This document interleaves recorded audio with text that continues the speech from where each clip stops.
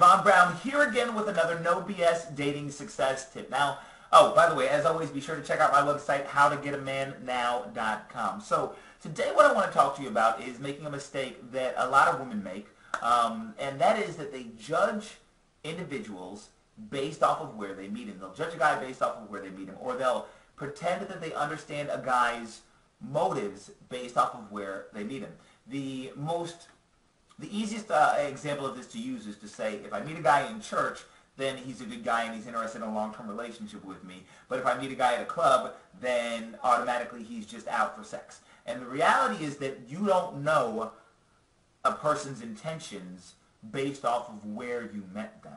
Okay? Just because you meet a guy at a club, don't automatically assume that he's looking for sex. I've got numerous friends of mine, and even myself, I've been in relationships where I was genuinely interested in the girl, and we met at a club.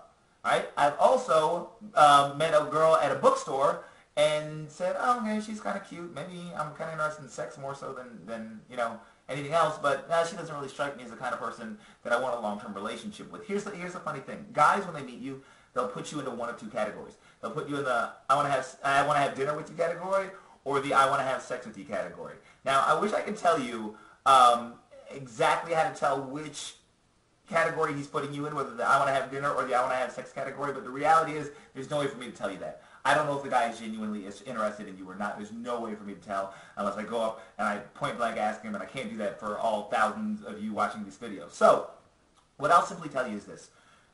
Stay away or don't pigeonhole yourself into believing that if a man meets you in a certain place, it means a certain thing. As human beings, we love to apply meanings to things. Oh, if this happens, then it automatically means this, and that's not always the case. The biggest piece of advice I can give you is let a guy kind of prove whether or not he likes you or whether or not he's interested in you, no matter where you meet him. If you meet him out of the nightclub, then you meet him out of the nightclub. Don't assume that he's a nightclub whore, always out there just trying to get some at the nightclubs. You don't know anything about him.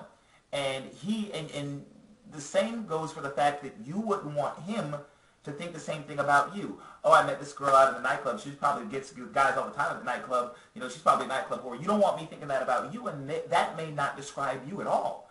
So conversely, don't think that about me. The biggest piece of advice here is to let people prove who they are to you. Okay?